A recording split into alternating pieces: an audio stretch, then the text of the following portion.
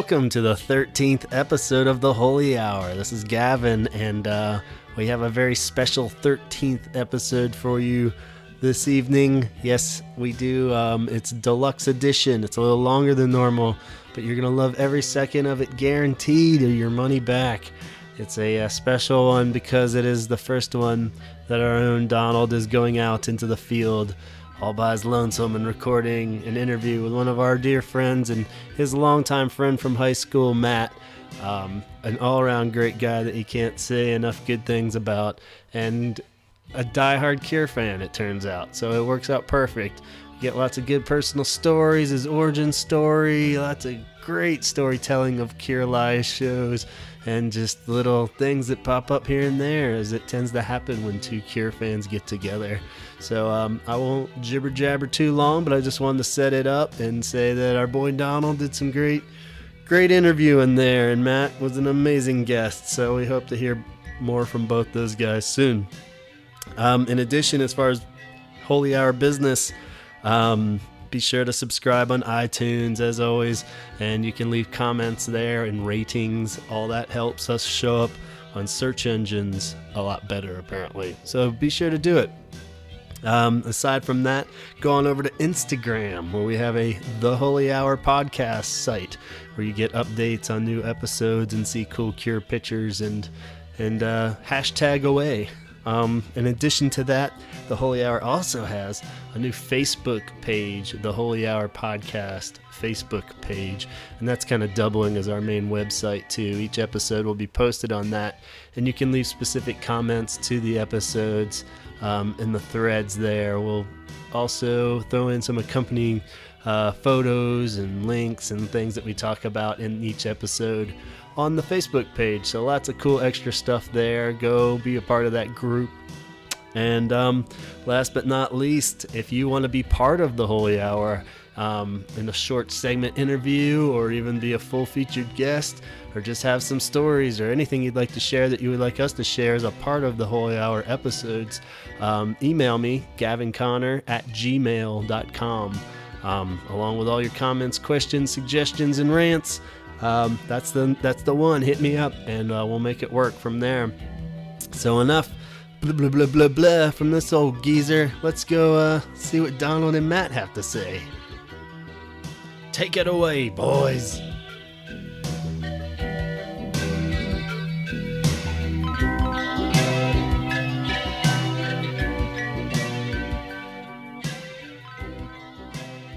And we are rolling on the a remote Holy Hour podcast. I'm here with Matt, dear friend. Hello. Yep, that's Matt. And so we're here to talk about Matt and his time in life with the Cure. As awkward as this may turn out, yes. And so Matt, I've known Matt for like 20 something years. Yeah.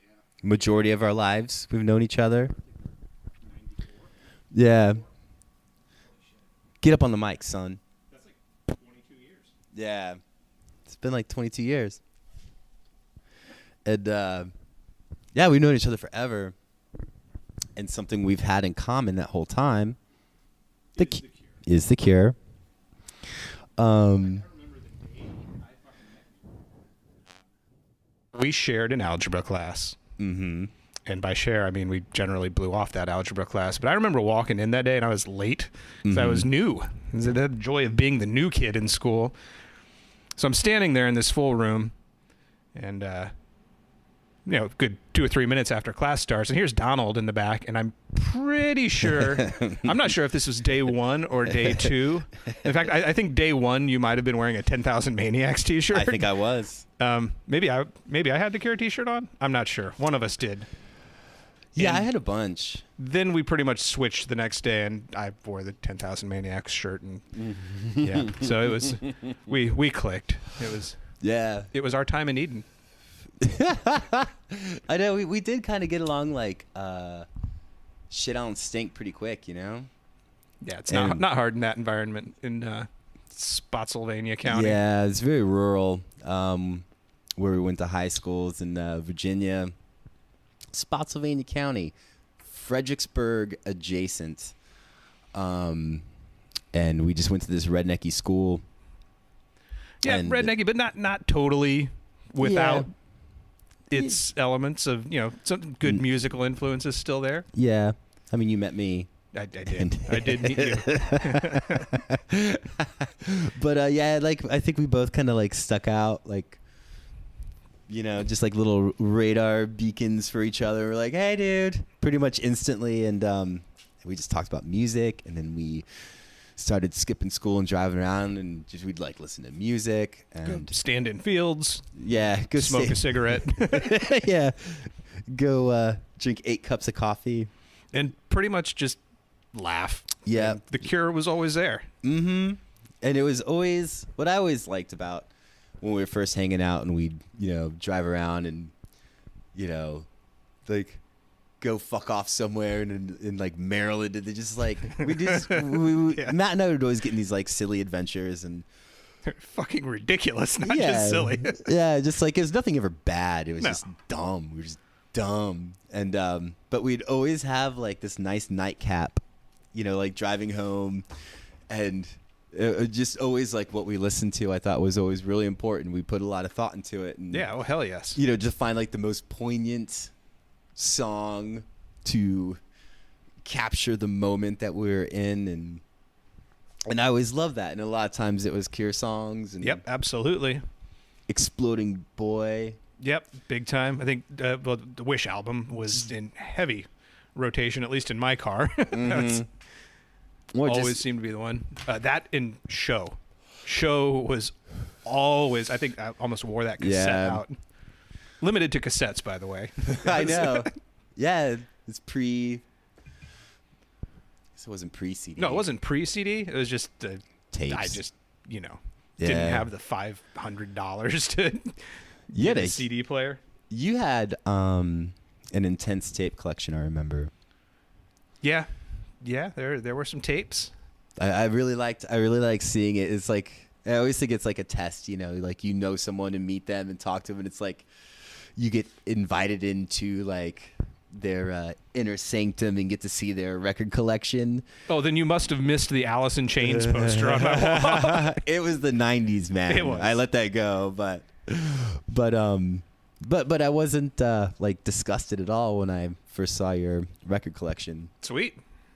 And so that's I take that as a compliment. I mean, I've heard you've been the one to compare examining one's record collection to staring at yourself naked in the mirror, and you don't like it. It's awkward, and you don't like it. But yes, I put a lot of weight into seeing people's record collections. It's true. Yeah. Hey, and yeah, it tells a lot about a person. It does. And someone that has a record collection, like you were saying with like the Alice in Chains thing, like someone that has this like pristine record collection where it's just like it's nothing but dope bands and it's too skimmed over and it's not honest.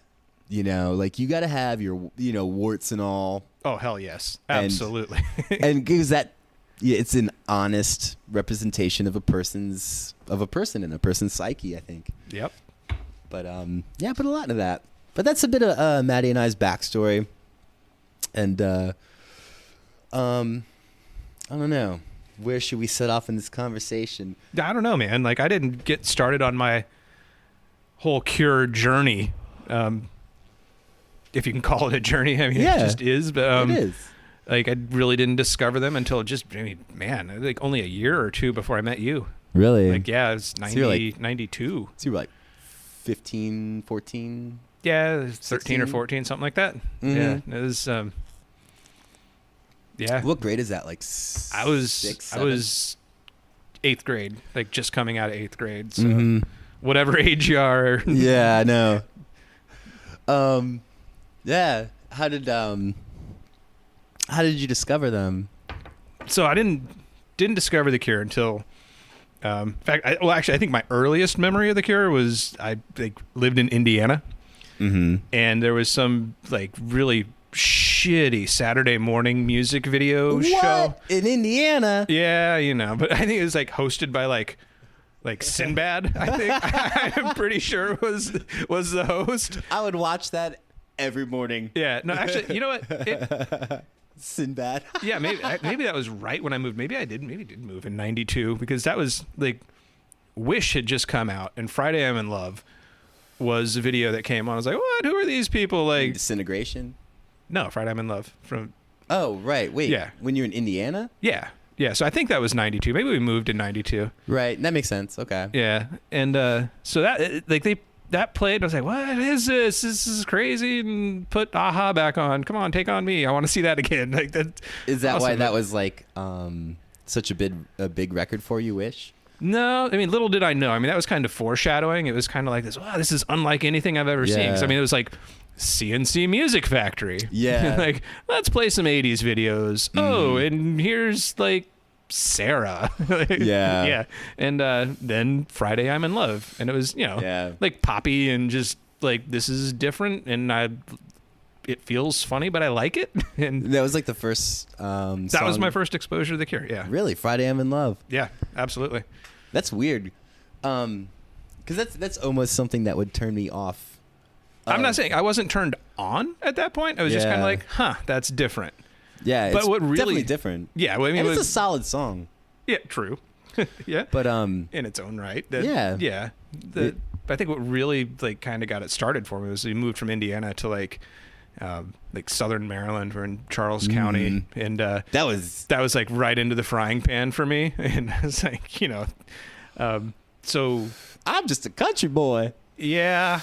Yeah. It got me out of some trouble and kind of like those Duke boys. Like, I know. They got me into trouble too. But yeah. So you went from like Indiana country to fucking weird Maryland country. Like you went from country living to country living.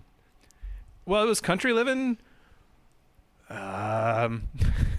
Country living meets very like not inner city, because we weren't inner city, but we were close enough to be like we were like right by like PG County. Yeah. So I think the school was like, and PG County for the listeners was it Prince George's? Yeah, Prince George's. Yeah, and it's not the nicest county in the world. No, there's lots of crime and like it has a reputation. Yeah, for being it's pretty rough. But yeah, I mean, it's a pretty rough area, I guess bottom line is I came from Indiana. You were PG adjacent. Yeah, I came from a very PG environment into a like the polar opposite of that. PG. Yeah. No, so the school itself, let's just say Cure fans were the minority. Yeah. It was 80% black population, very heavy hip hop influences, and which is cool. I mean, it gave me some insight into music that I've never seen, like the Ghetto Boys that we were just listening to. I learned a lot about hip hop from meeting you, and you're not. And at the time, you weren't like a big hip hop guy, but like, like that was you weren't like, yo, what's up, son? No, but like I learned so much about hip hop from you, and that's something you picked up from. I mean, yeah. I mean, it was straight Maryland. into. I mean, Indiana. I'm coming from that time. I mean, Mellencamp. You were a big. No, not so much. But I mean, Metallica. Yeah. Was huge. CNC Music Factory. Yeah, Metallica comes with the age, though. I think regardless of the era, which one grows up, when they hit that age, like those early teens, like you're gonna end up with Kill 'Em All. Yeah, absolutely. You know? And I think I was playing Master of Puppets, like doing dishes the other day at a ridiculous volume, and I got the stink eye for that. Like, really, you're doing? Yeah. I actually remember. Still do. Back when I was a kid, I was like maybe in like the sixth or seventh grade, and I was playing music with kids in the neighborhood, and I was playing drums, and a friend of mine. Rich on guitar, and then like this other guy on bass and his brother on guitar, and like we weren't allowed to play music in anyone's house, so we just like set up our shit on my friend's porch.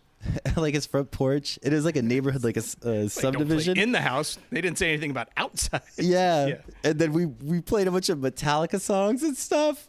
and like it was so beautiful, and we sounded like garbage, and I barely knew the songs. Bunch of them t-shirt and nunchuck kids playing Metallica from three trailers down. I know, and it wasn't a trailer park, but it's things you would do in a trailer park. We were trailer park adjacent. I actually I had my time in a trailer park when I lived in Texas, and I actually did have neighbors about 3 or 4 trailers down that would practice their Metallica covers. Dope. It was pretty awesome. I love it. No bands playing Cure covers. No. But so that's where you were in your life when. Yeah. So. And that's what you were listening to. Like, get there. So. What were you listening to? I guess the point being when I moved. Mm-hmm. I mean, it was definitely a culture shock for me. Yeah. Like musically, probably more so than anything else, because not only was that huge hip hop influence there, Mm-hmm. but also the kids that were there that were into, rock, and I don't know, can you even call it indie rock at that time? It's not really indie rock. No, it was like alternative. Yeah, I think we called it progressive. Yeah, I think that was the weird term. But no, like, so bands aside from the whole, like, De La Soul and Ghetto Boys and all that, on the flip side of the coin, nowhere near the Cure, but like Guar became a thing for me. Like, it's like, wow, this is amazing and disturbing and weird and Rat Cat about that time, which was really weird because like that, even outside of that little, Rat Cat microcosm of Southern Maryland, this band from Australia that I still, What an odd band for you to know about. Yeah, it was weird. It was like to find out about. Yeah, it was weird. Like that's some hipster shit now, even. Yeah. And you were onto that when you were in fucking high school. Yeah, man. Tingles was that was an awesome. I mean, I think Tingles went hand in hand with me drinking whiskey for the first time and like riding around with a chick in her car for the first time. Dope. Yeah, like it was awesome. Like at the same time. There's all like your it was. I remember. I stuff. distinctly remember in Southern Maryland. Right, Lauren was her name, and she was rad. She's like 2 or 3 years older, and rad had this little red cabriolet convertible with the top down, God. and a bottle of Old Granddad whiskey. That's perfect. And Rat Cat cranking. That's perfect. It was awesome. That's perfect. Yeah.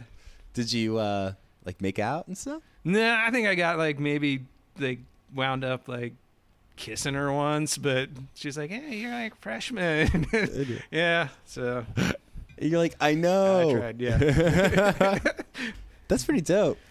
So, like, yeah. Oh, anyway, so the Cure, that's what we're talking about, right? Yeah.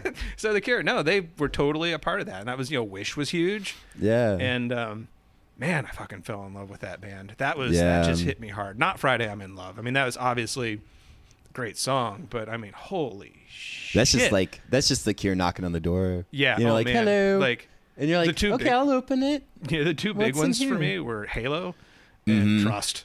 Oh, yeah. Trust just tore me apart. That was just like, that turned me on to like this whole new genre of like mopey, wow. sad shit. Yeah, just like beauty. Yeah. So that's awesome. I mean, I think that's a fantastic origin story of discovering the Cure. And well, also, like, that was about the time where I was like, yeah, girls are a thing, and they tend to like the Cure. And, yeah, it's... I know. Yeah, there's beauty in that, too.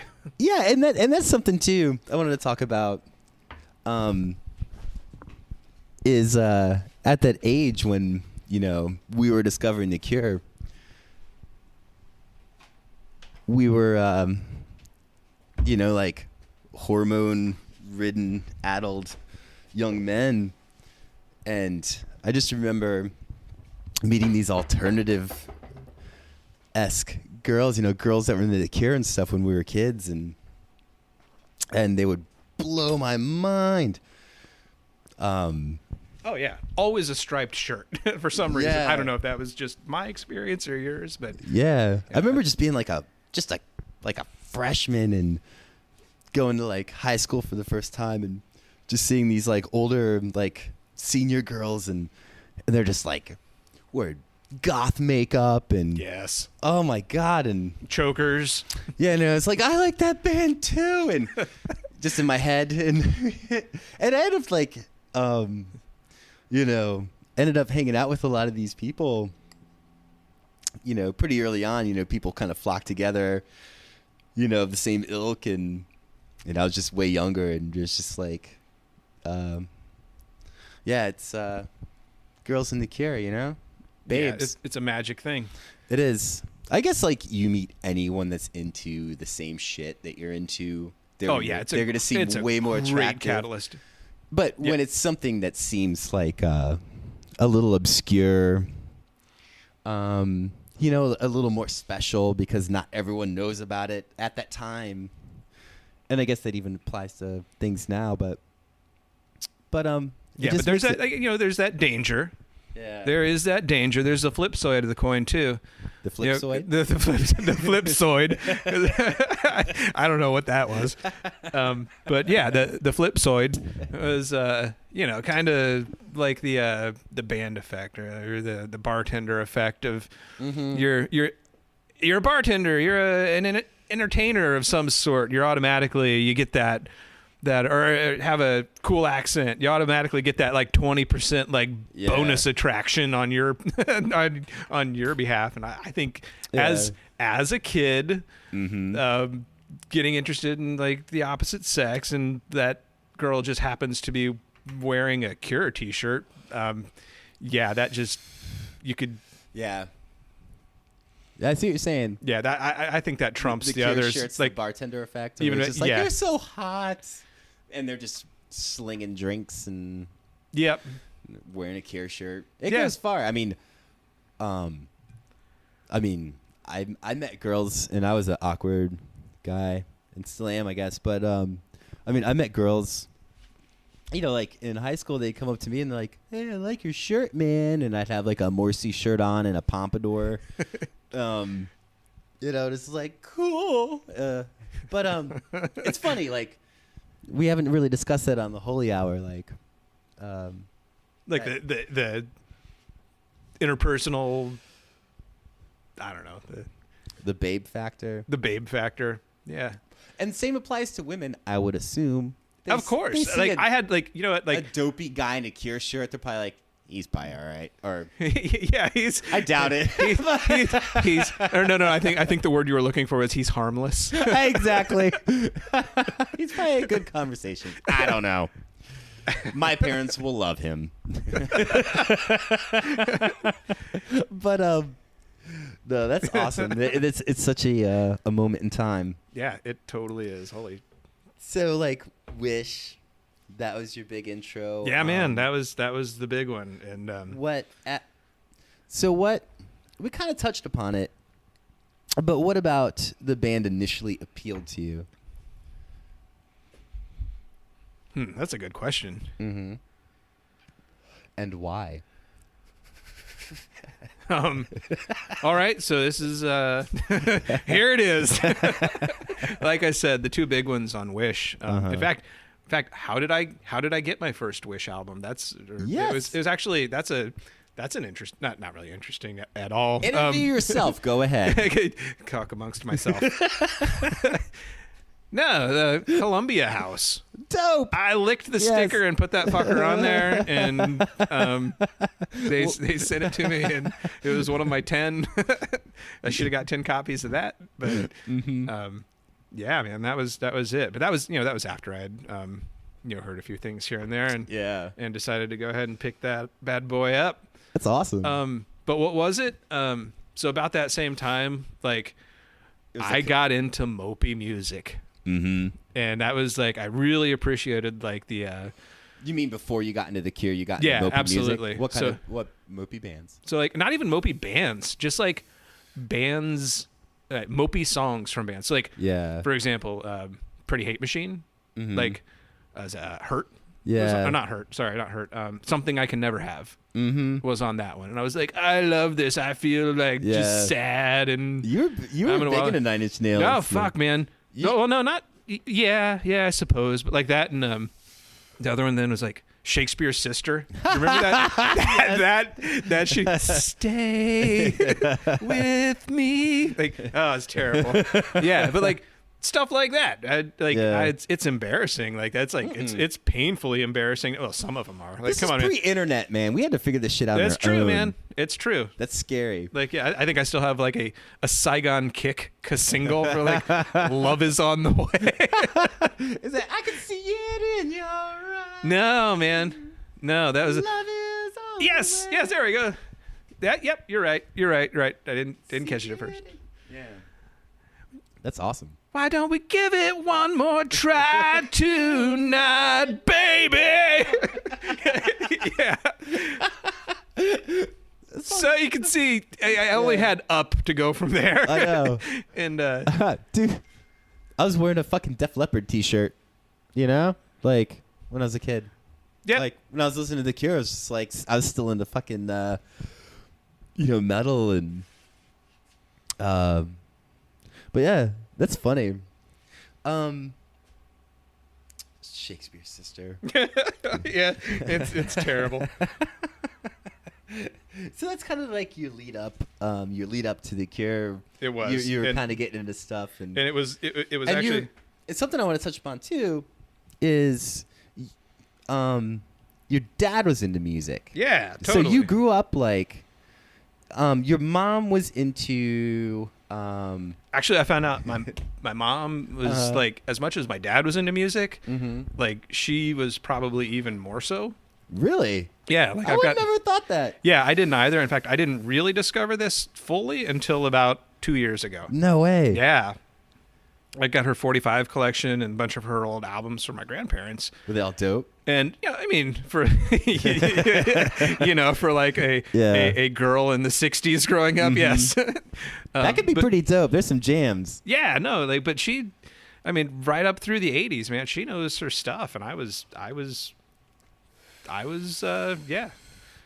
impressed. Never would have thought that of your mother. She had a Yeah, or maybe it's just me coming to terms with Hall & Oates and being like, yeah, they're awesome. all the notes at the jam. Yeah.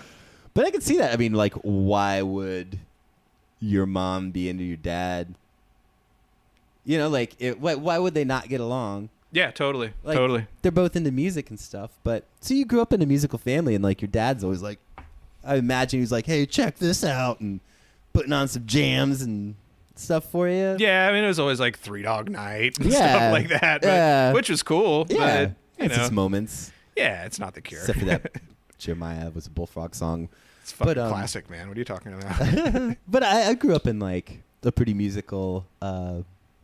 My parents didn't play any music or anything, but they listened. My dad listened to a lot of stuff. Were they more into like the hippie kind of music, or were were your parents Deadheads? I think it was. No, they Max. weren't Deadheads, but like my dad was really into like Pink Floyd and. Oh, that's right. Like You said he was Talking- all into the Talking Heads and Talking Devo. Heads and Devo and stuff. Yeah, no, that. Yeah, I think that trumps my dad. like my dad was into some weird shit, which is cool, which I think influenced, why I didn't shy away from,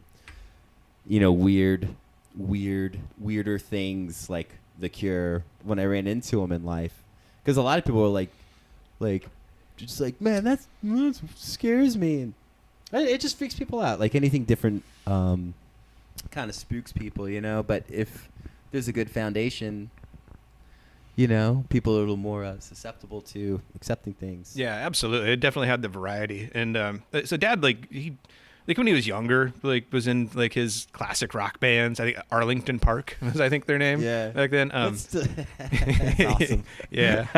But as time went on, like he would play in other bands or whatever, just kind of mess around with playing music, but what he really got into is doing live sound and for live performances and stuff. And he'd always take me along to like help him carry shit around, or probably just to get me out of my mom's hair. You know? It's like he's fucking playing CNC Music Factory again.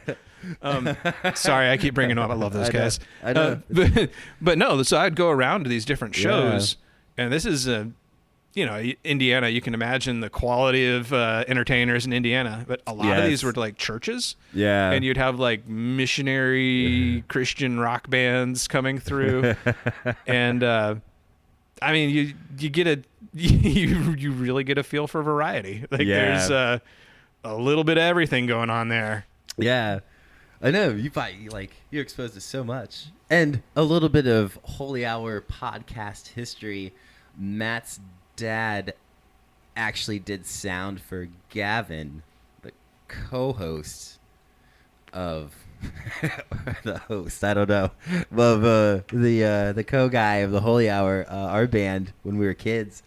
Matt's dad did sound a few times for us, as did Matt. Oh yeah, that's right. Wow. Remember that? I was actually briefly a member of Devin Green for about 5 minutes when I think I played one note on my saxophone in a very awkward manner. All right, this isn't working, guys. Yeah. No, we got very we were doing like some head on the door shit with a saxophone. Yeah, this is a terrible idea. I know. It was worth trying. I packed up my saxophone and I drove to the Taco Bell in Stafford and had 2 bean burritos and went home. Fucking fat kid. Yep. Fat kid eternal. That's hilarious.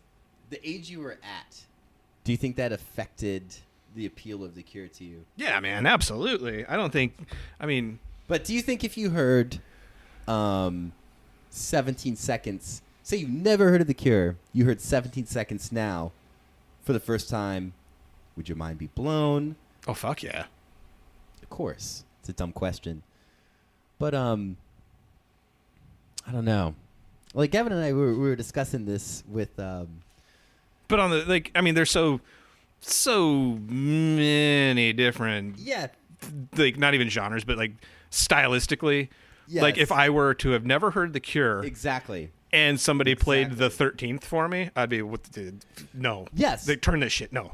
Yeah. I think that there's some type of, like, chart where it, like, shows the trajectory of, like, two things and how they intersect. Mm-hmm. And you have your age and then you have, where The Cure is in their era because they go through so many different stages, like, punky, fucking crazy, like Faith, pornography era to, David Bowie-esque. Oh yeah. Top and Head on the Door, and they get poppy and then they get weird. Later on, like just where that intersects, and it intersects with you, with Wish, which is weird. Yeah, but okay, so look, which is weird. So that's not truly that's just where I discovered them. Because I always think if I heard Wish, if for the first time, looking back at it now, because it wasn't the first shit I heard of theirs. I heard like all their good stuff for the first time, like. But except for that Wish album thing. But if that was the first thing that I heard of theirs, I don't think I would be that into it. Like it would be interesting and I would check it out, but I don't think it would have piqued my interest. Yeah. But so I will say I was into other things a lot more than I was into The Cure. Yeah. When I first bought Wish, what really got me into it, what really just sealed the deal. I think it was. I think you were the influence for this. But after we moved and met up with you,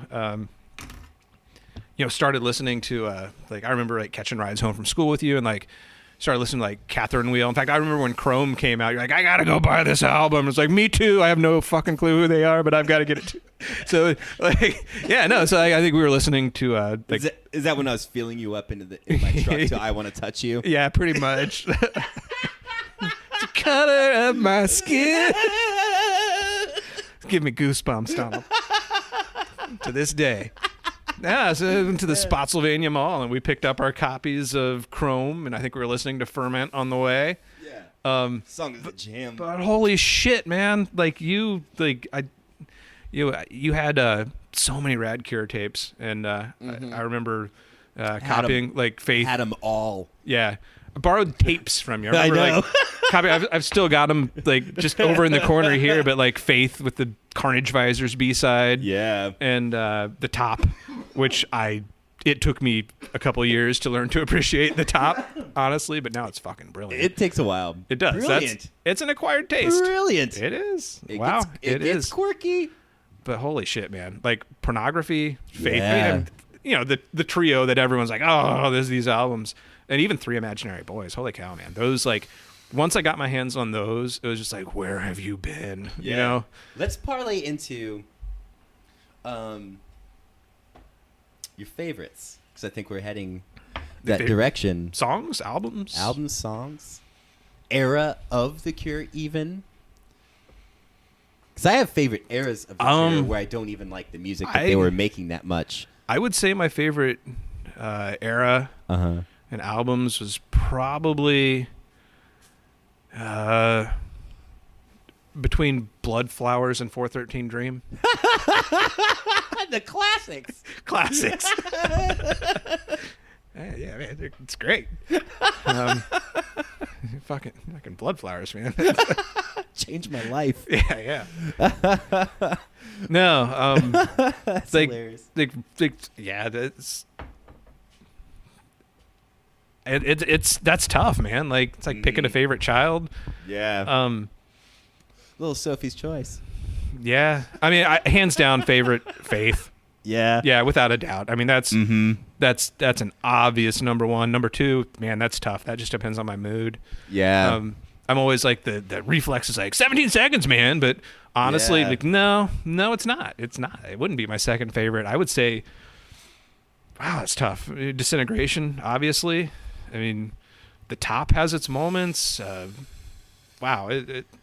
I mean, that's what's amazing about the band. There's so many choices, like even like, records I dump on of theirs, like the Top, and I don't dump on it that much, but like, basically my point is there's just gems on every single fucking record that they make. There's just fantastic songwriting, but there's some dogs, but yeah, it's tough to say, like, narrowing down, like, because I have like a rotating 3. I don't have a set. Like, this is my favorite. This is my second. All right, what's your 3? I'm gonna join you and say Faith is probably my favorite record. Like, it just keeps. It's the one that keeps coming back the most. Yeah. And I can take so many things from it. Yeah. I think that's more. I don't know about you, but for me, it is versatile. But I would say that's not even anywhere close to like their most like complete, well-rounded album. No, but it's more of a personal, like emotional, like it strikes a certain chord and like maybe brings back memories. Mm-hmm. There's a lot of memories associated with Faith that I just don't have with some of the others. But, yeah.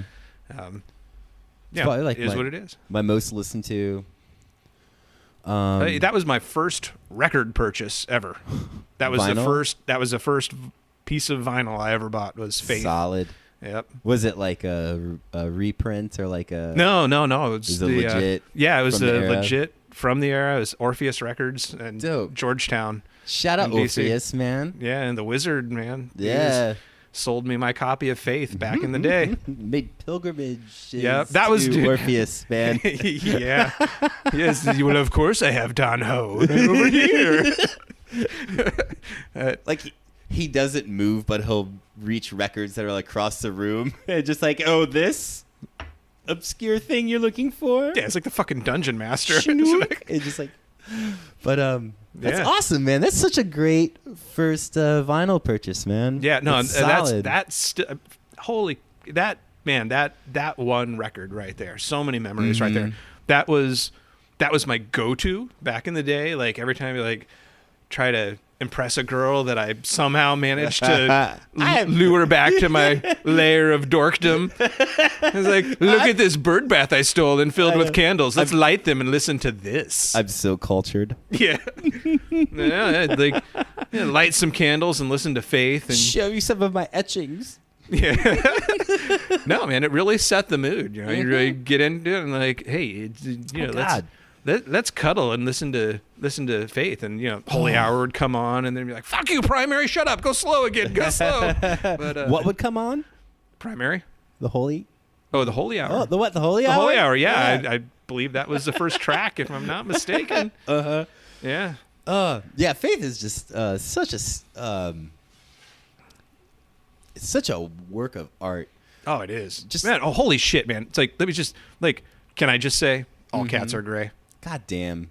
Love that song. It's my favorite song. Yeah, might be mine. I think this is why we're friends. It could be. Because it's literally my favorite fucking song. But I just think the record's so amazing with the mood that it sets, just in how it's recorded. Like it's bordering, like, if you look at Pornography and Faith is very subdued, and like everything's really it feels more like thought out and subdued, and just a little mellow, and there's ambiance that's soothing, where Pornography is like the flip side of that coin, where there's the ambiance, but it's a fucked up, aggressive, like, it's a little more chaotic. Yeah, it's a more chaotic ambiance, and I think those two records are. I think really the Faith is the just same it's coin. Concise and sincere. Yeah, and like they knew what they were doing. It was just like it conveyed an emotion, articulated feelings that words couldn't. Yeah, just like the reverb of a tom, yes. of a cymbal, of one note on a synth, and just the reverb on that. And I've been reading a little bit about the Cure recording those albums like 17 Seconds and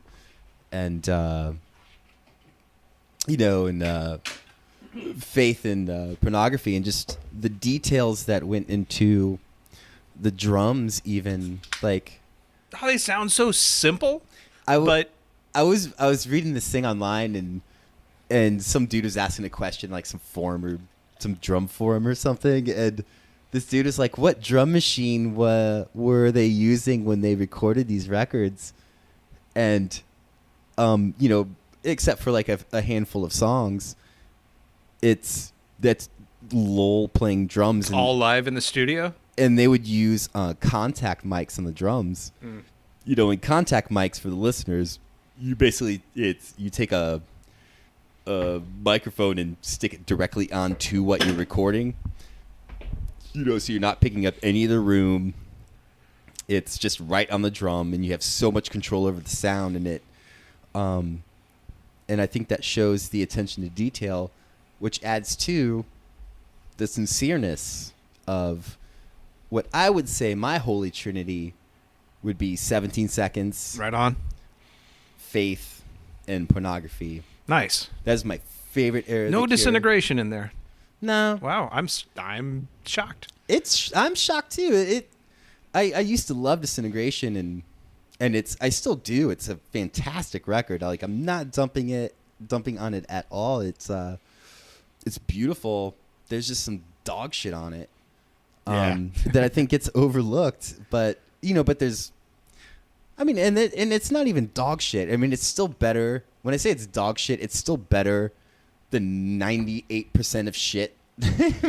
We're talking on the Cure scale. Yeah, it's still beloved, and it's no Shakespeare's Sister. no Shakespeare's Sister, but no Disintegration. There's parts of Disintegration that are heavenly and the most perfect things that have ever been. Plain song, man. Yeah, Plain song.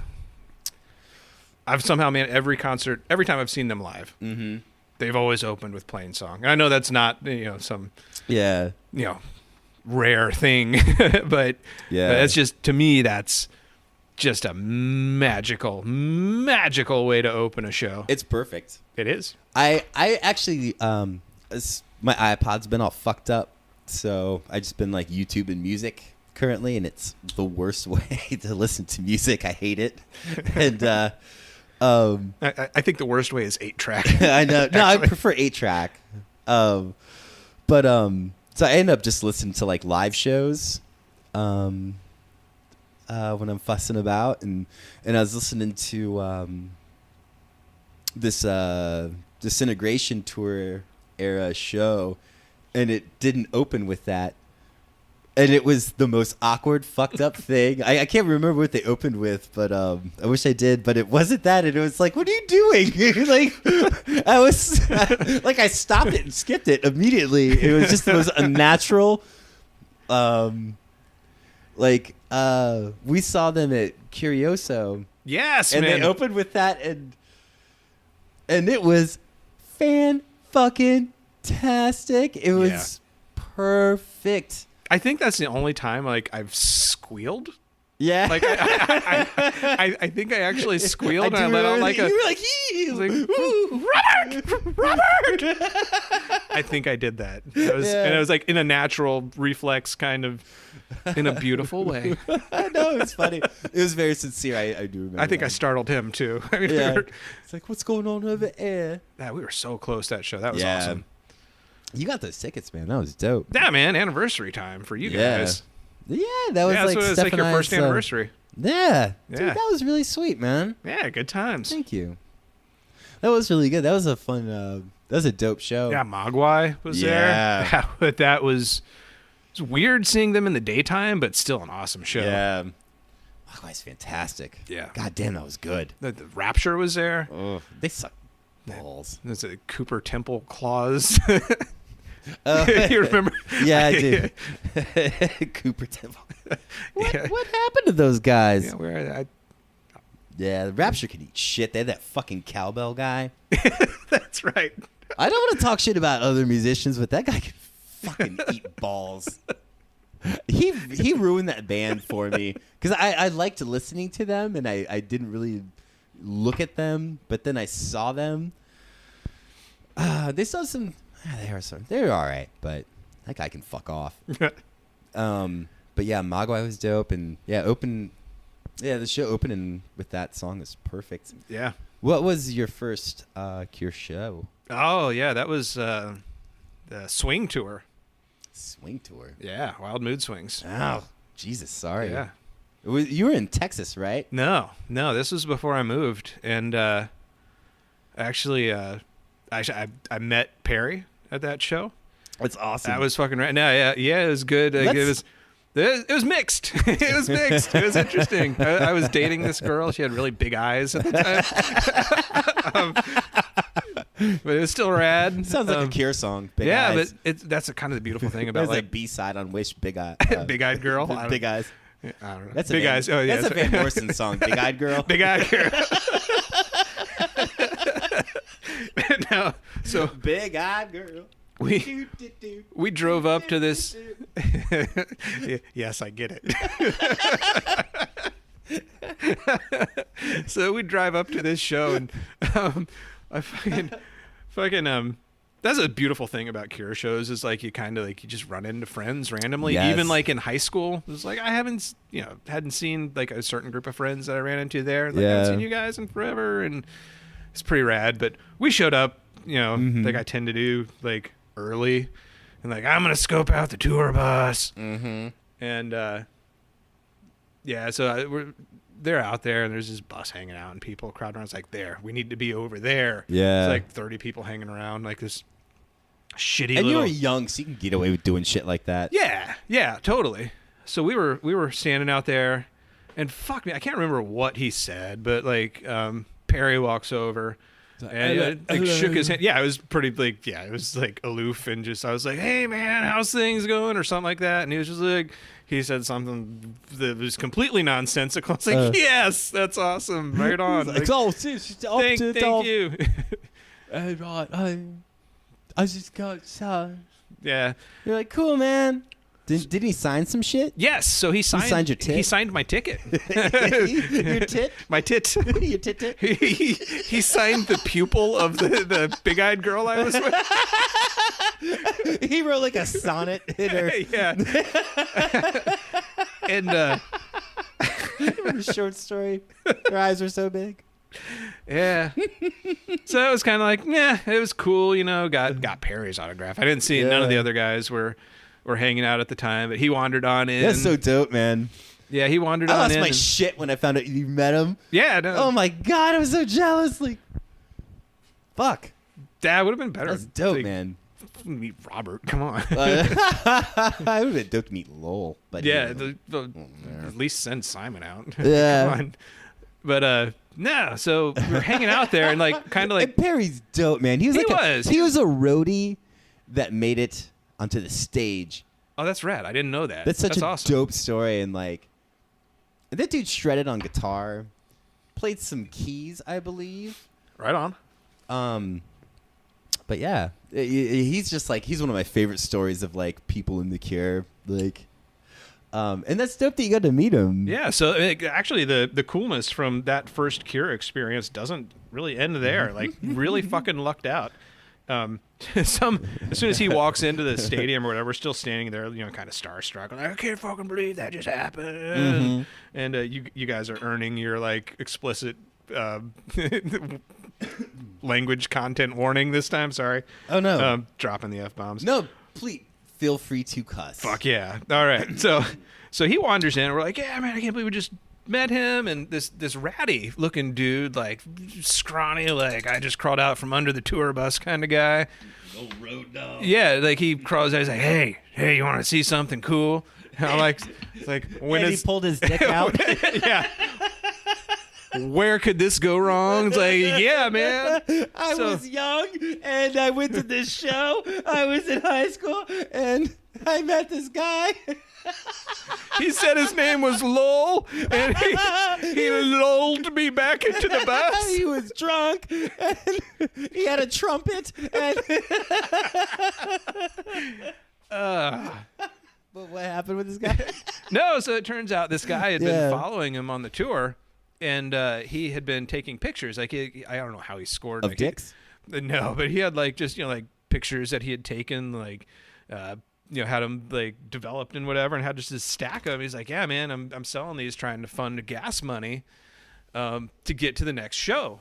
And he had some rad pictures, like, you know, kind of stalkerish, but cool, you know, some good stuff. I think Robert was wearing like hockey jerseys that tour. Like, Yes. yeah, he was like King's jerseys? yeah. Like, but he had, you know, some really good up close like live performance pictures, and had some photos of Robert all sweaty and like just like not defeated, but just like exhausted after a show, like back at his hotel, like walking into like the entrance and stuff, like kind of cool pictures. He's like, yeah, man, I'm selling them like $2 or $3 a piece. Yeah.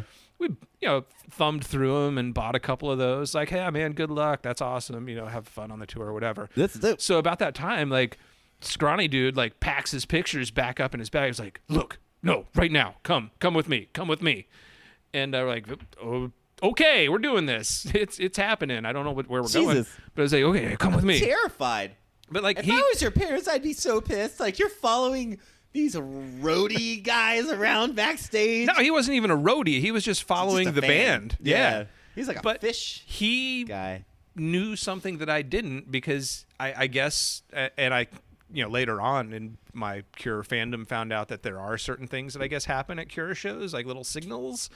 But he keyed into one, and it was when one of their roadies was bringing in just a certain number of people saying, you, come on. Yeah. And they would bring them in for the sound check and sit them down in the first couple of rows and just hang out for the sound check and watch it. And then you were pushed right back out with all the other commoners and had to go through the and line that to dude get probably in. has done that like 1,000 times. Yeah, exactly. But it was That's crazy. rad. He was like, come on, follow me. And we did. And we sat there. Jesus. And I think the big-eyed girl's eyes got even bigger, and so did mine. And it was rad. I mean, that it was is fucking awesome. nice little 45-minute or so. Did they just sound go through check. like, Tom, wham, wham, wham, No. snare, boom. Or it was just, No, they had already like everything shit. was set up and ready for them, and it was kind of a warm up. What for did them. they play? Man, I wish I could remember, Yeah. but I don't. Did they play like snippets of songs or like full things? Yeah, or, no, like they may have played one or two like full songs, but it was mostly like like 1 or 2 minutes of this, 1 or 2 minutes of that. Yeah.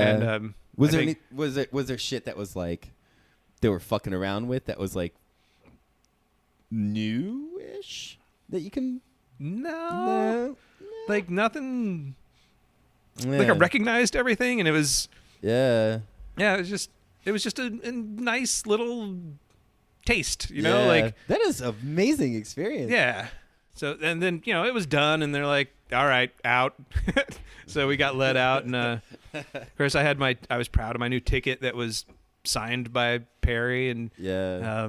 walk back around and get in line, and actually ran into some high school friends and showed them my ticket. I was like, oh, look at this, and then I get up to I saw him sound check. I get up to yeah.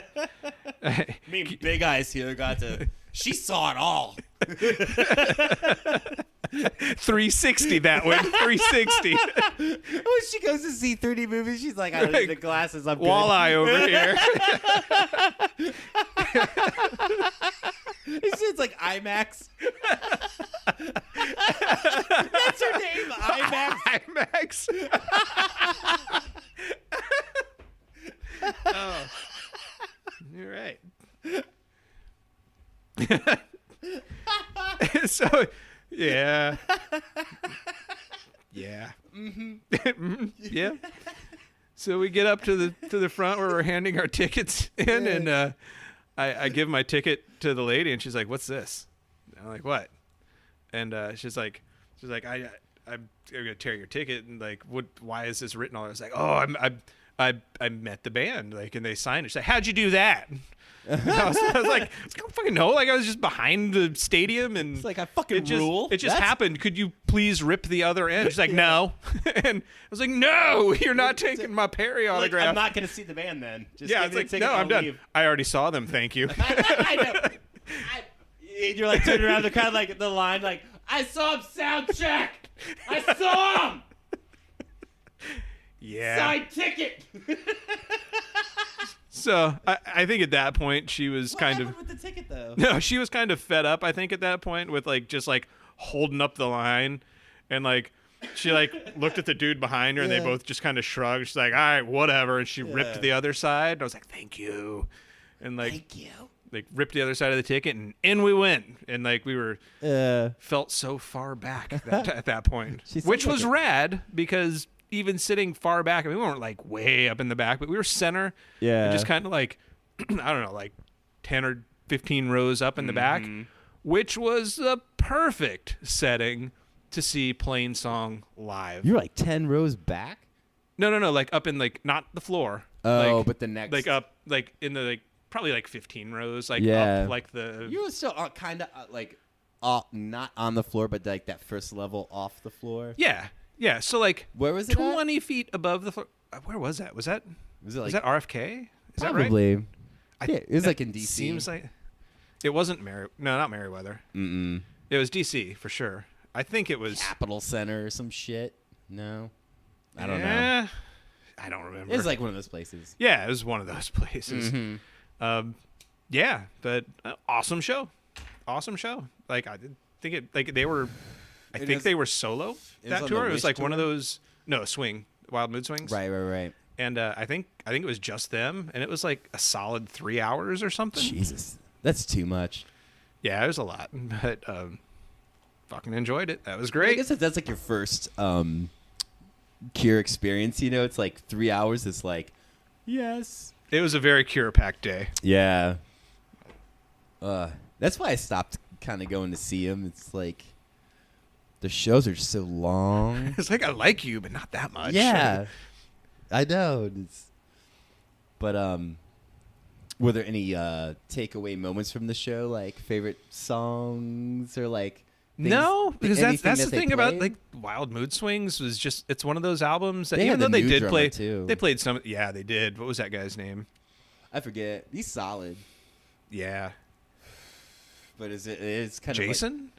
I think you're right. Yeah, it's like Jason something. Something like that. Yeah. Very good, man. Yeah. I don't know.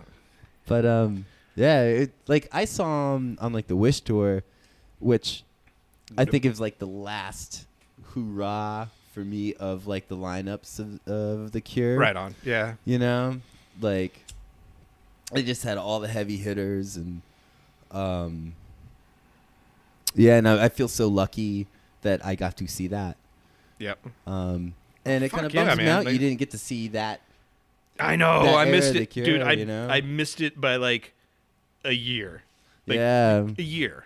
Yeah. I missed going to see like the Disintegration tour by like a fucking year.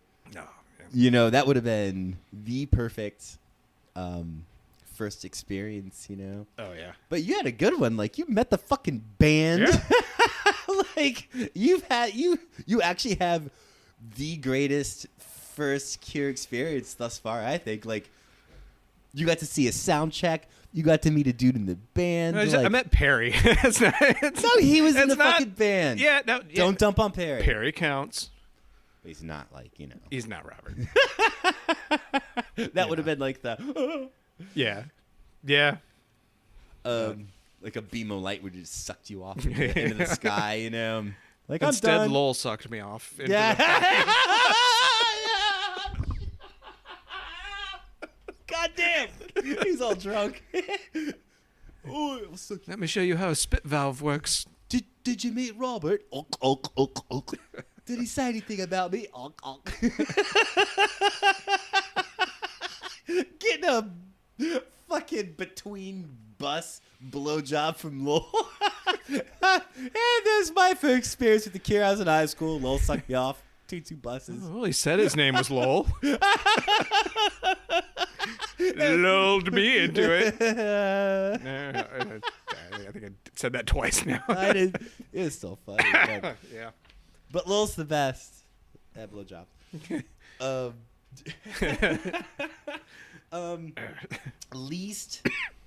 Least favorite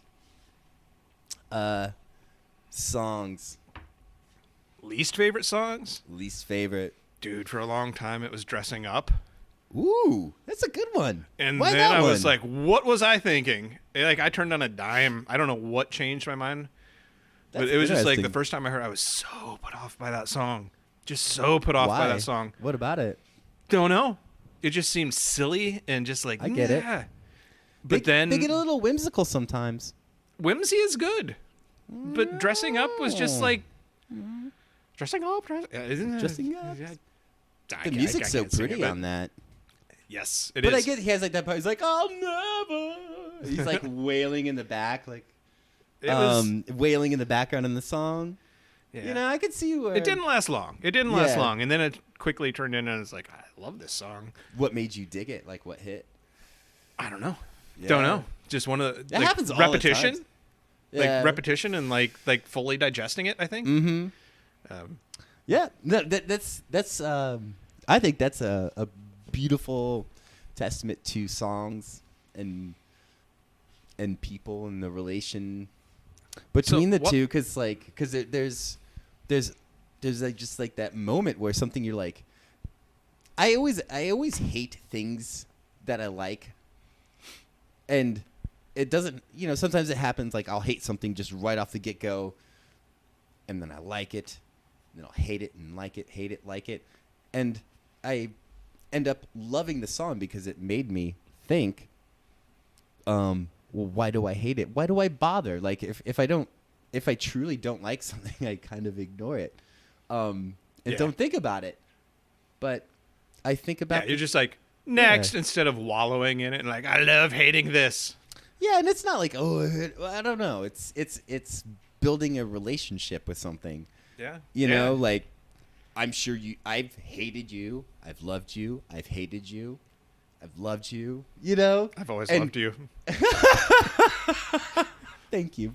And I'm sure it's then vice versa, you know, and feel that way with my wife. She feels that way about me. It's like, Yeah. it's showing thought and concern about something, and, you know, maybe you always liked the song, Could be.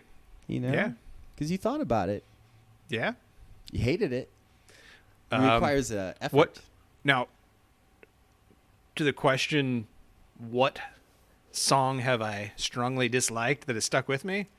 Fucking Jupiter Crash. What is that shit? Ooh, I hate that. Stupid. And Strange Attraction. Come on. I know the later Cure stuff, man. It's I don't know. It's bad. Like some of it's just like that Jupiter Crash song. Hate Like that whole era. It's just like the sweeping. Like I wish they took that record and just took like an orchestral approach to it. Like took out drums, modern instrumentation, kind of, and just use like an orchestra and him singing. And, like, have the band involved, you know, like, writing and doing everything. Because there'd be these beautiful, like, nice melodies. And they're good. There's lots of complex, like, time structures and movements to the music. But it's not, it doesn't catch. It's not good, man. I know. Yep. I know. I know what you're saying. Kind of feel like that. Like Mint Car. Mm-hmm. Is that even the song?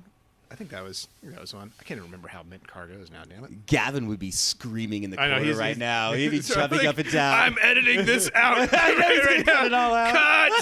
Cut! Derp. These assholes. And Mint Car is a classic. Everything that will say he'll cut in and be like, Mint Car was awesome. And, you know, like edit over, clumsily edited over. What's this random Muppet voice cutting in? Like assholes. But I know. But yeah, I can't get into their newer stuff, man. Like, and I like anything after Wish. Oh, man. dude, like another one, like it just fucking gets. Where me. does it cut off? What I liked. Where does it cut off? Yes. Like liking the Cure. Yeah, like liking their records and No, like and I gave it an effort with every actually, you know, this 413 Dream. I was just going, whatever. Yeah. There's another one.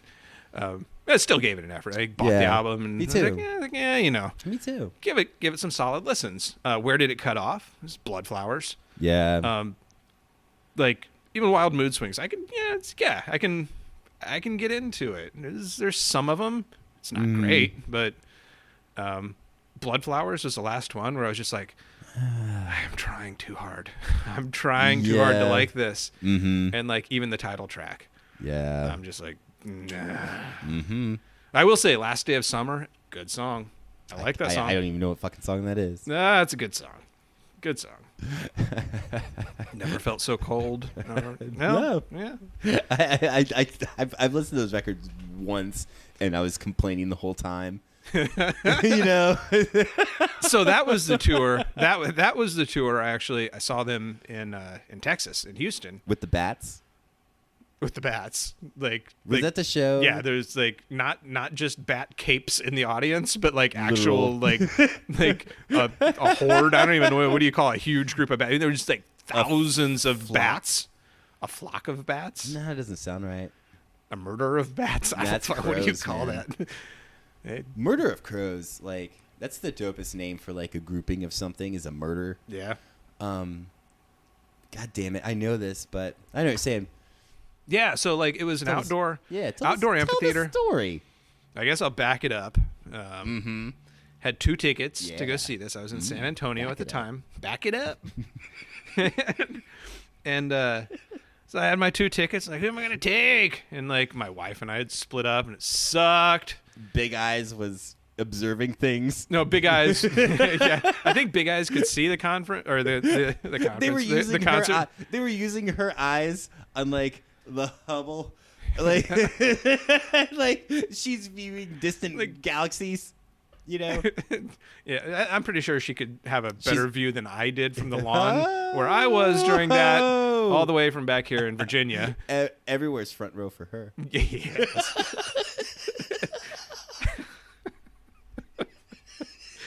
Michelle, if you're out there, I'm sorry. No. Her name may or may not have been Michelle. The Holy Hour does not fully endorse it. Any representation of humans, living or deceased, is entirely Totally not represented by the Holy Hour. No, so I make this drive, and for whatever fucking reason, like I wound up with an extra ticket. I've still got the unpunched or untorn ticket here now, which was kind of cool.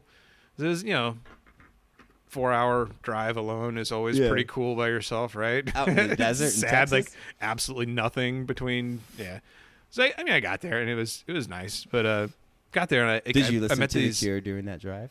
I don't fucking remember what I was. It was such a weird time in my life. You're like, It's listening probably to like Low. a perfect circle and low. A perfect circle. Jesus. That is terrible. Yeah.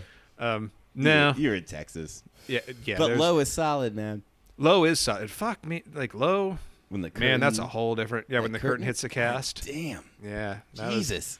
Best Boy Electric and Low, and that led into Mogwai, and man, that was good things did come from my time there, but weird times too. We're going to put a thumbtack in that, but go on with your story. Right on.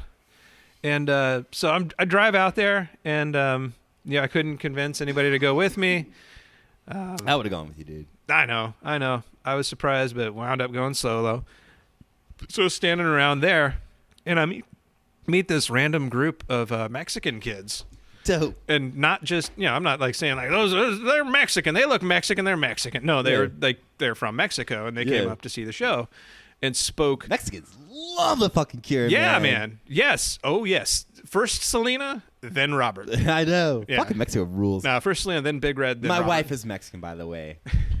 No, I but got no. some Mexican cred. These guys were rad. Like, we just clicked right away. Like, they Yeah. spoke no English, like almost none, like minimal. But it was like just, hanging out, having a few drinks and laughing and talking your about age stuff. and stuff, Yeah, they had been, I think, following Stereolab at the time. That's so dope. Yeah, and like they were all into that, and excited about a show. They just Why do people dump on fucking Mexicans, man? That's bullshit. Mexicans I don't fucking rule. Like you're in fucking Texas. That's Mexico to me. Yeah. And you just had this great. No, it was fucking They're following rad. Fucking Stereolab. How dope is that? Yep. Going to see The Cure, hanging out with guys that are going to see The Cure. Yeah, like they're like, come on, I'm not even gonna do the Like, accent, but "Ole." yeah, they come sit with us on our blanket, share Hang out. our burrow. No, but they invited me, totally took me in, come They hang had out. Dope food and stuff. Yeah, no, I mean it was, but drinks, hanging out, drinking beer, talking about The Cure and good music. It was Fuck yeah. fucking good times. That's fantastic. But just like that rat that crawled out from underneath the bus who got me in to see the sound check last time, I was like, holy fuck, history is about to repeat itself.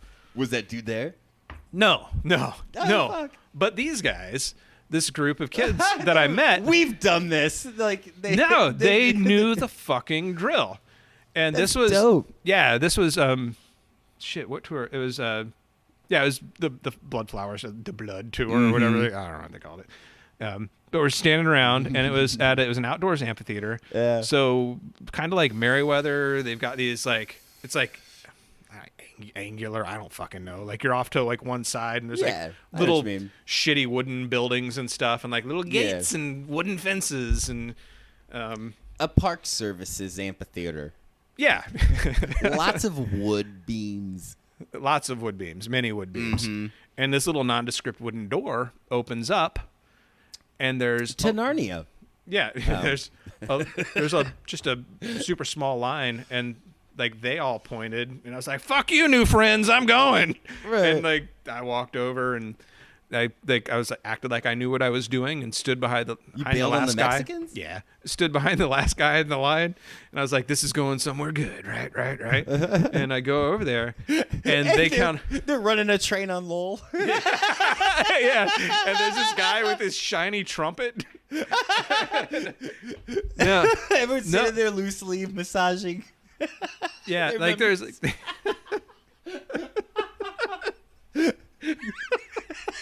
Just I waiting. gotta keep it fluffed.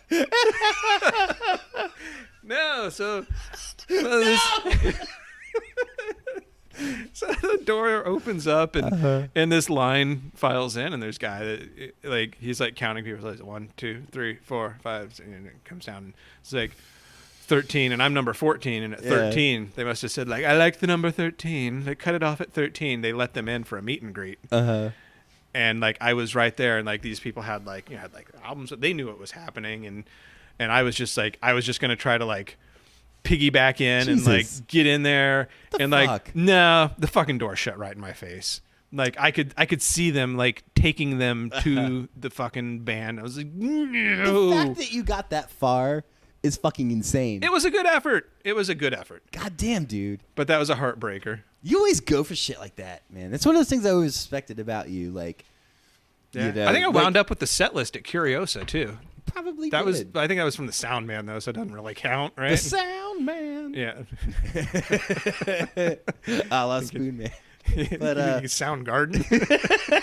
but that's No. crazy. But the show man. was good. The show was really good. Like, Yeah. like I was like, fuck, and I think they were laughing at me. I saw him and- backstage. That's you the whole time in the crowd. Yeah. He's wearing a white shirt tonight. I guys. knew it because I saw it. Earlier through a wooden plank fence Through the closing door. under the armpit of a DNR officer. Nah. That's crazy, man. I love like your stories with See the Cure, man. Like all my experiences is like just walk in, get herded around, and get shuffled to my seat, and then watch the band. And I never tried to hang out by the buses or like just like I'm gonna go stand in this line and see where it goes. That was a whore. I was a whore. You'll just stand in any line, Yeah. no matter where it goes. Yeah. What's at the end of this line? But I love that, man. That's like what a great experience. Like that's it just strikes me as a rare. It's just an odd experience with seeing the Cure. Yeah. Like Yeah. I don't know. So, It's but cool. I think that was also like the show where I got to see the best representation of like a true Cure audience, because I actually saw like saw the requisite capes, like they were there in force, Yeah.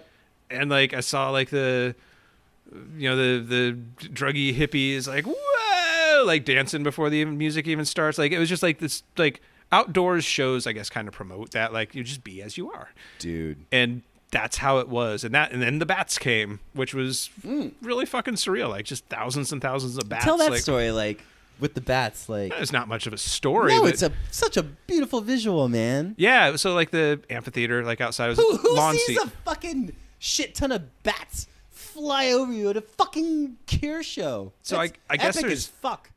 caves or something around there. I don't know, wherever fucking bats sleep, and they come out at night to go do their batty things, and like so the lights are shining down on the Cure, and lights are shining out, and it's everywhere, Oh. and you look up, Is it and the dusk? sky was it was probably an hour.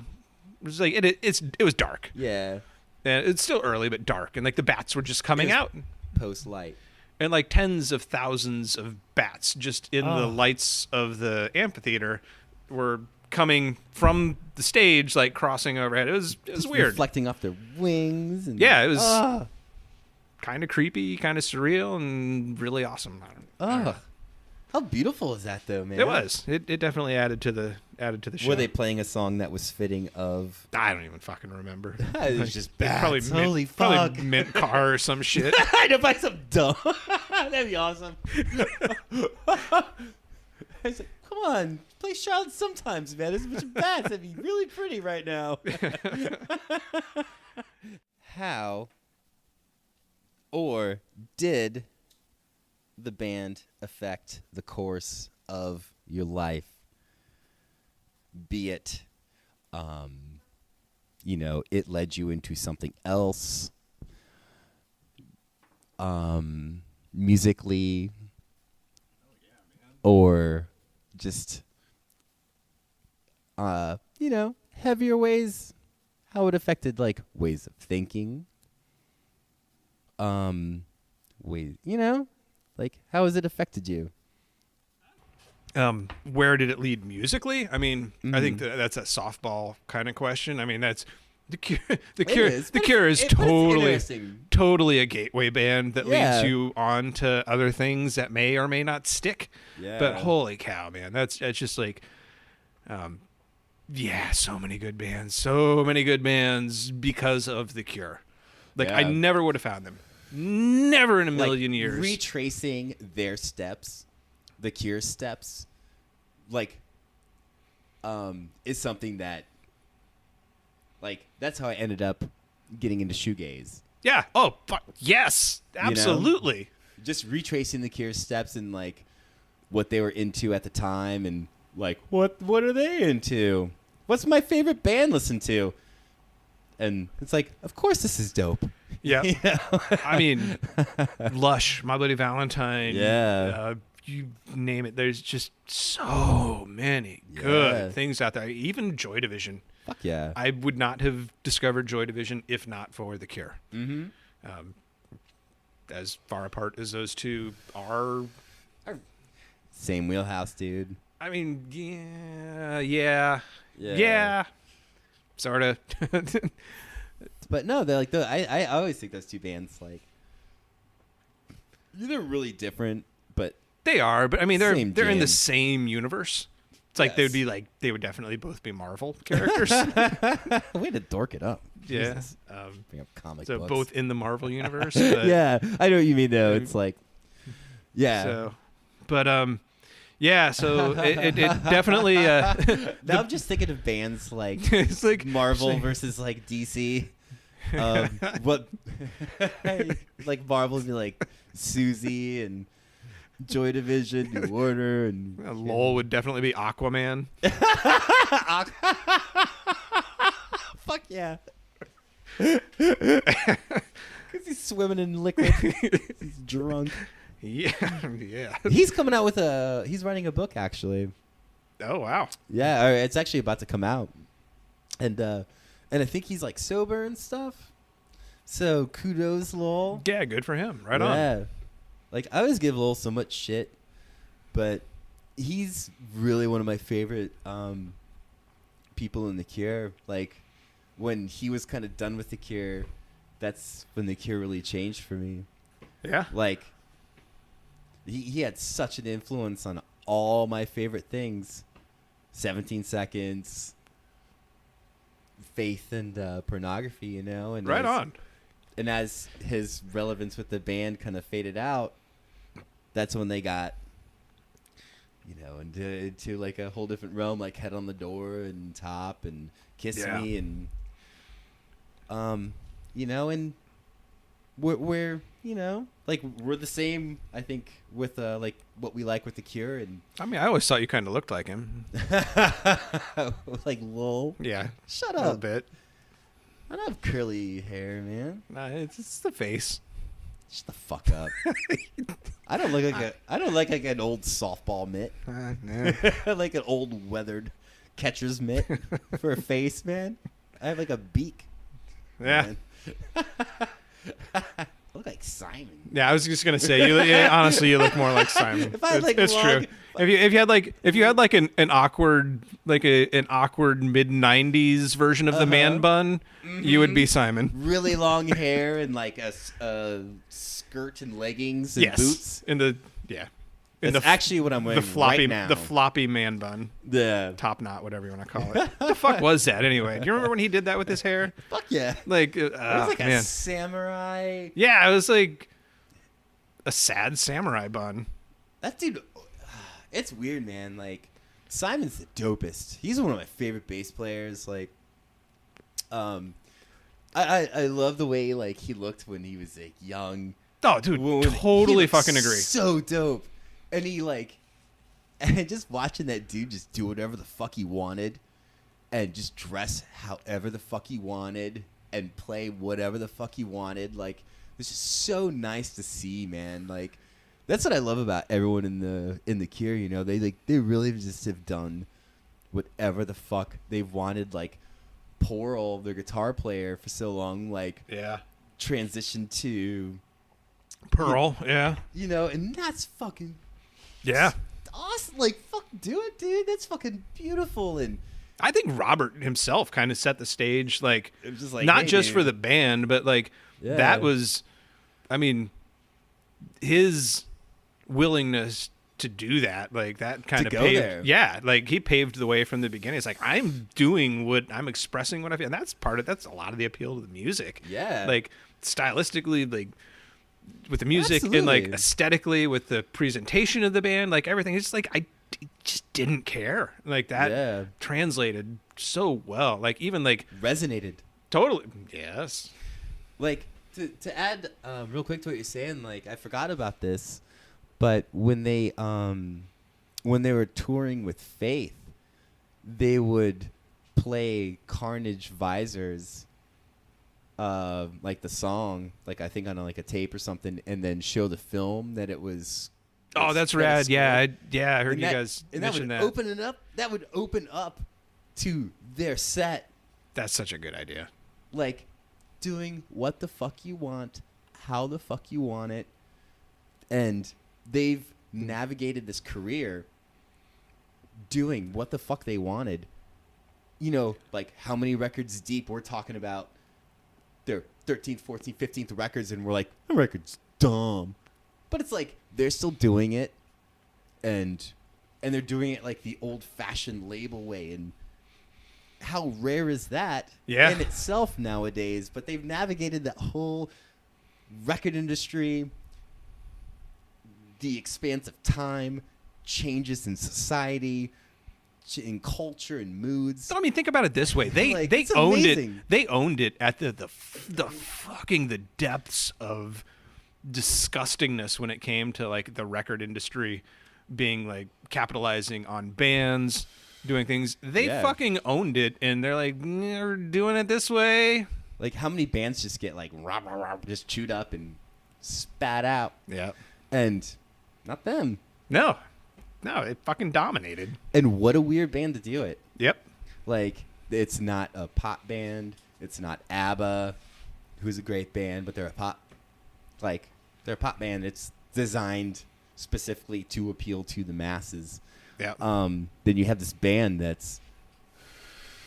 you have transgender, like they're wearing makeup, spiky up hair, like they, it's everything's a little questionable Yeah. in a sense. And that's amazing. They were played on the radio. They wrote pop songs, like beautiful pop songs that I doubt people will ever come close to writing more perfect songs, Yeah. That's and they're so fucking weird, and they did it how they wanted, and yeah. yeah, man. And it's still, I mean, Very good point, It's still, Matthew. and you know what? That's something that, I mean, I can't relate to what they went through with the adversity or whatever. But I remember I joined the Air Force back in the day. That was after it was a T-shirt that I bought when I was with IMAX at that show, and it was IMAX, get out here! Come on! I saw you from like across the street. like a fucking AWACS. I saw your heat signatures.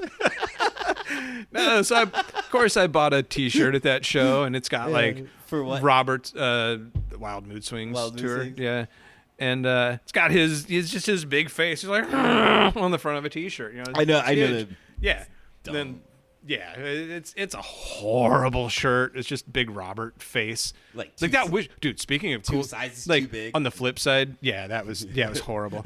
But like the most perfect fitting, like awesome Cure T-shirt, like the Wish era. There again was his face, but like the big red face holding his like that was an awesome T-shirt. Yeah, I still have that, and it's like it's all holy, fucked up. You damn right, it's holy. It's holy hour, but No, so I'm wearing this shirt. Like I was Yeah. like gotten through basic training and was going through some other school or something, and there were a bunch of Marines there.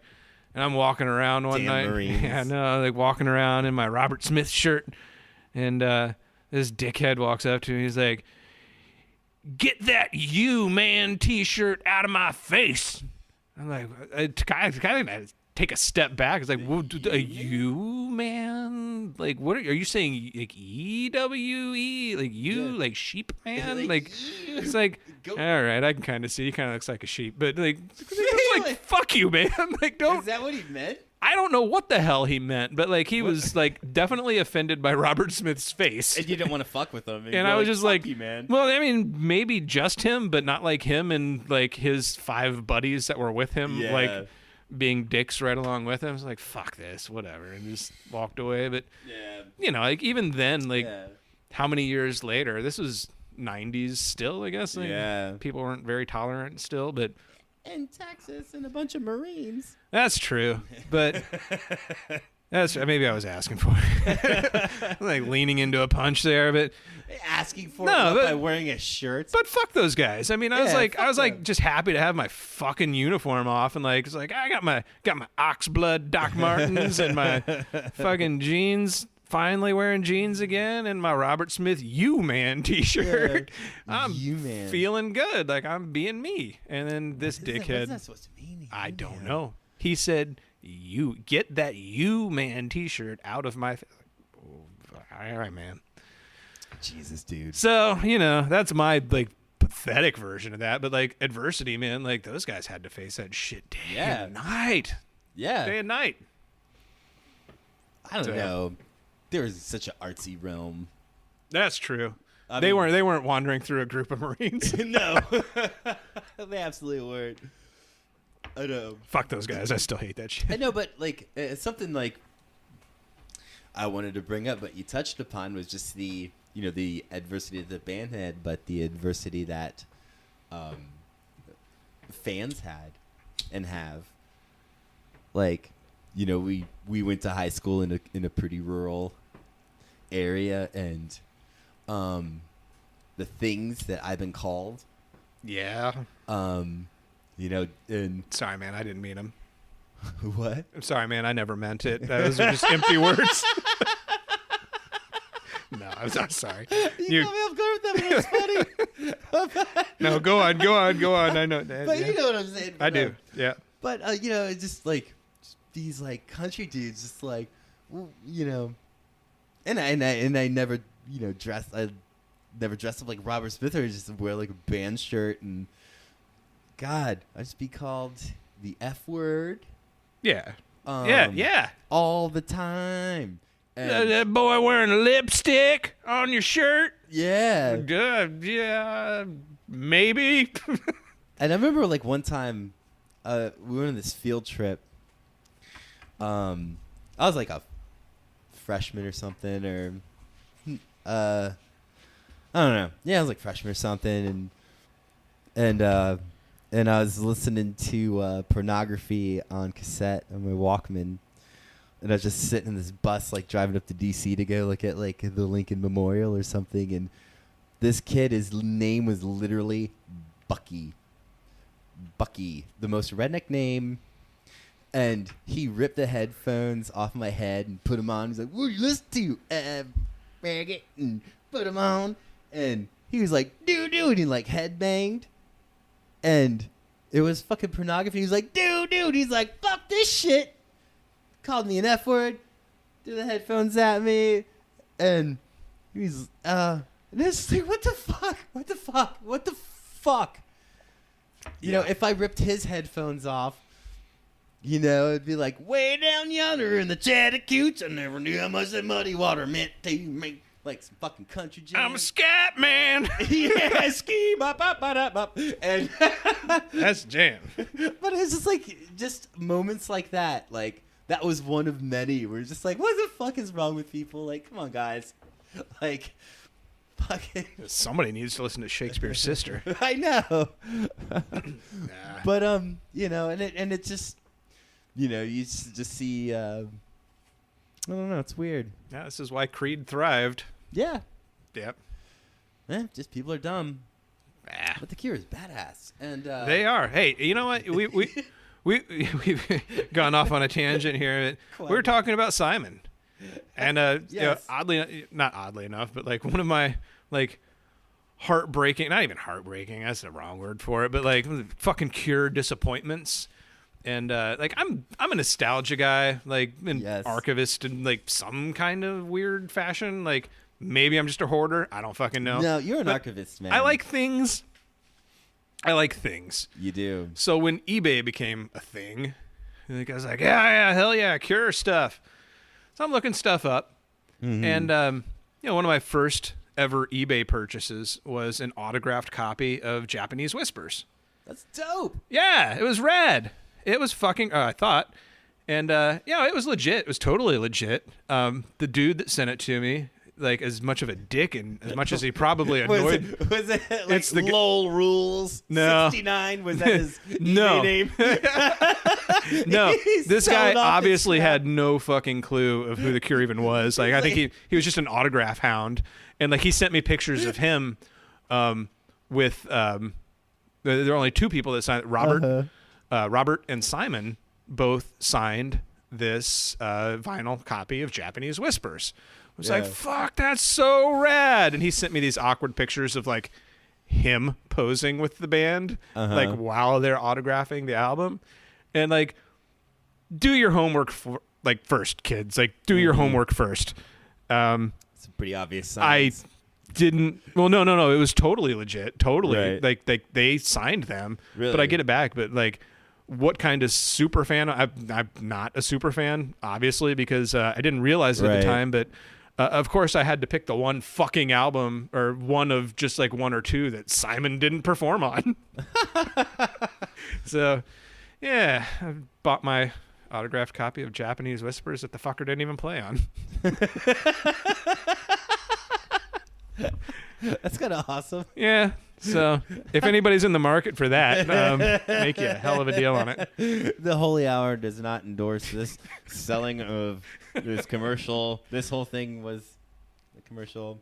But your favorites, it's kind of a fanboy question, but like your favorite members of The Cure, their musicianship, their style, their look, whatever, like, gets your fancy, like, 'cause someone always gloms on. Oh, fuck. Aside from Robert, obviously. That's he's, he's him. Yeah. Fuck. I've got it. What? I'm going to go with mine while you think. I've got it. Let me go. Okay. Lol. Roger. What? And Simon. The keyboard guy? Roger. Yeah. Yeah. Huh. It's awesome. Don't know. Just Wow. Why him? don't know. I think I just said a name. I don't know. You don't even know what he plays? No, fuck yeah. Yeah, I know. No, he's dope. He's It's just he's fantastic. yeah. What about him? Like, you have to know. Don't know. He just seemed like a fixture to me, and Simon too. Like that's just like it's like dude's always been there. I don't think Roger was there quite as much, but It's like the Mount Rushmore. yeah, You know, like that's Simon's on there. one way to put it. What would be the Cure Mount Rushmore? What would be your Cure Mount? I don't know. Mount Rushmore. Robert, Simon, and Susie. Like, not even a fucking member. That's dope. I'd go with that. Not even Lowell. That's dope. I'd be like Lowell, Simon. I know, there's too many. That'd be a huge. I can't leave out any. That's funny, Roger, though. Yeah, man. That's like just that. like a. I like that. That's like a subconscious, like reptilian brain thing, where that's where my mind goes when I think like The Cure. Yeah. Mm-hmm. So. His plan on Disintegration, god damn it. Yeah, but wasn't he the one that like Who? peeked under the keyboard? He's like, like gave the little Yes. wave. Yeah. Yes. So good and bad, good and bad. Maybe that's why I'll he's let it ingrained. go. Yeah. I'll let it go. He's a synth guy, man. Like, Yeah. they get pretty weird. And he still They did. get Then pretty they weird, did some man. wild collaborations, just like him and Robert. Like, or did he even go solo with his synth stuff?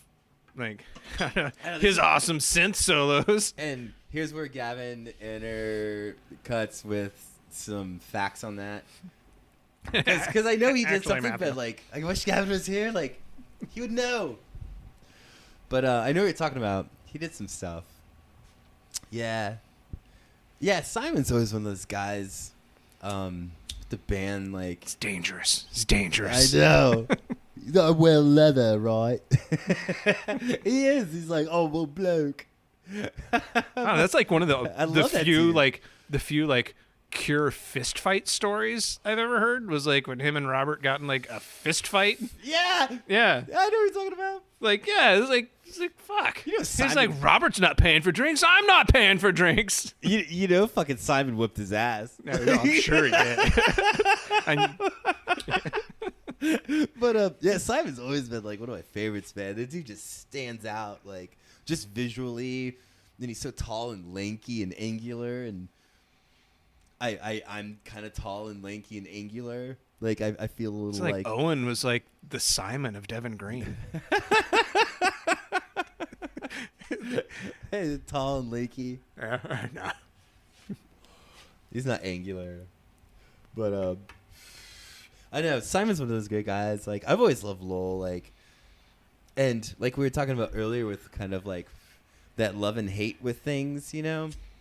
I always hated Lowell, like forever, for some reason. And I think it seemed like the band, like the era in which I got into them, they were kind of Lowell was on his way out, and they were kind of picking on him a bit. I think as a band, which is a little fucked up.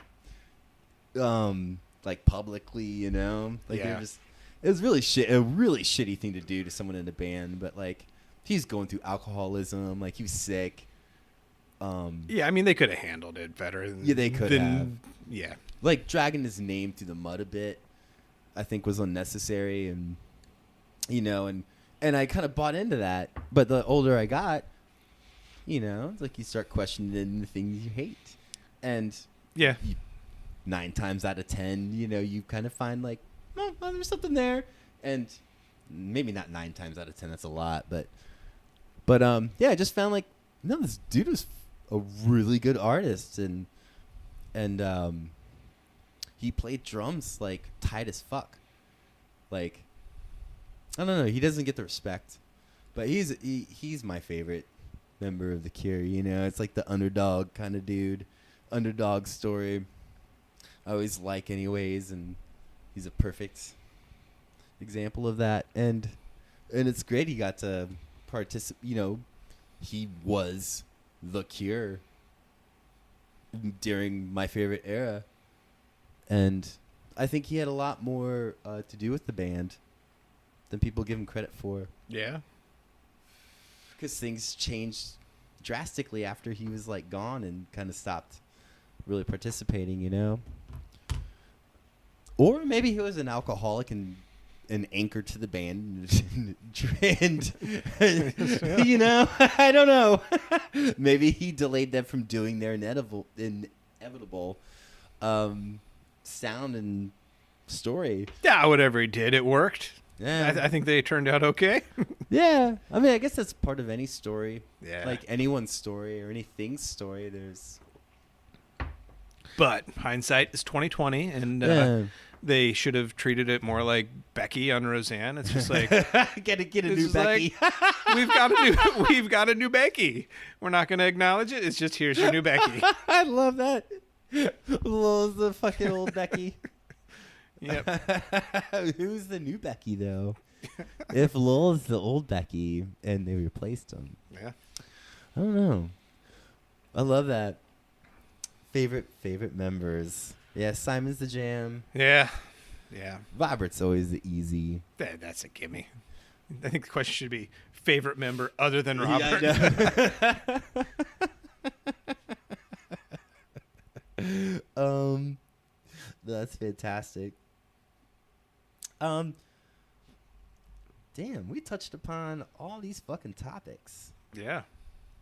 What were some? You had a few things you wanted to. I think we hit a bunch of them, like a bunch of them. Mm. But, you know, that one that's not, you know, they kind of steered away from awkwardly. How has The Cure changed your life? Mm-hmm. Like that was for me. That was, every dude who's a Cure fan would be lying if he said he didn't want to meet another Cure fan to date and hang out with. And I did. I was hanging out in a bar one night, and this girl comes up to me. I thought she was really cute. And I started talking. It's like, hey, what's your favorite band? What's your favorite band? Mine's Cure. That's Cure. Oh, no shit. Here's a Cure. Let's go back to my place. And man's Cure. yeah, so let's go back to my place and listen to The Cure. And we did. And that's how I got my kid. And yeah, good times. So, blessing. She was batshit crazy, but the kid was awesome. So I don't know. I still don't see how The Cure changed your life. Yeah, because if not for that acknowledging that The Cure was our favorite bands, we wouldn't have made a kid together. Oh, you wouldn't have your kid? Your kid's dope. No, he's a great kid, man. Yeah, he is. Smart little guy. But that was awkward. Maybe we can take that out. No, that's dope. Like that's literally, kind of why I asked that question. Like, how did it change your life, and what bigger way than like meeting a person, having a child, and and raising a child and raising a good kid, and like that's pretty big. Yeah, but That's PSA to all the other maybe younger Cure fans out there, it's not always a good idea, kids. Don't get suckered into a Nope.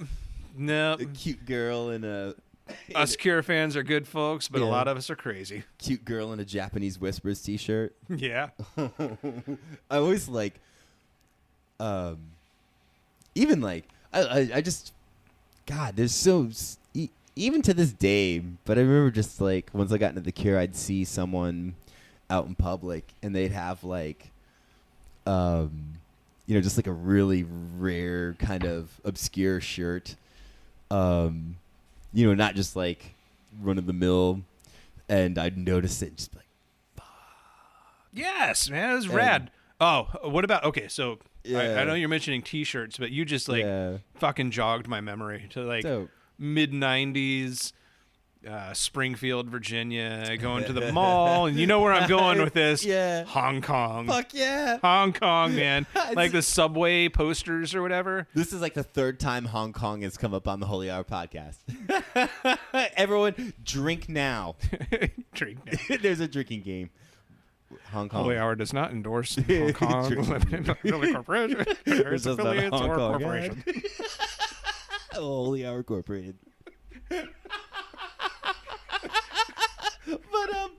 But yeah, go to Hong Kong, man. It was like That was so fucking rad. They had so many cool posters. Yeah. Like, did they have, like, I think pretty much everything else was bullshit in that store. It's all about Yeah. the poster. Did they have t-shirts? it was like fucking stupid like pot poster, like a pot bud. Was it like a head shop? Kind of like a mall version. There'd be like some incense and like A fucking huge store though. yeah, and they'd have like dope t-shirts and posters. It was like a store for dipshit kids. Yeah. Like suburb kids. I'm going to the head shop, but it's like a mall, and there's no pot. There's pot pictures of pot and some Cure posters and incense. But Yeah. that's funny, man. Those things were rad, man. They're huge and like I wish I still had that Boys Don't Cry poster. Like that was one of the best posters, but it's gone. But I don't know. Sum it up. Holy Hour podcast, remote, first solo podcast. I think it went well, man. How do you feel? Yeah, I hope so. I'm kind of an awkward talker, so it surpassed what I expected to be one or two word or maybe even syllable answers. You tell a good story, man. I hope so. You're a good guest. This is good. Cool. No, it's fun. This is a nice insight into another person, and their experience with like band, and I think that's the amazing thing about the world is something as simple as a band can tale a tale. You know, it can leave a wake. It tells a tale. Yes, thank Yes. you. And it can leave a wake in your life, and little ripples, and you know, and the care can do that. You know, a band Absolutely. can do that. You know, something you care about, think about, can make waves. Indeed. You know? And signing off, I'd like to say, talk hard, man. Talk hard. Woo!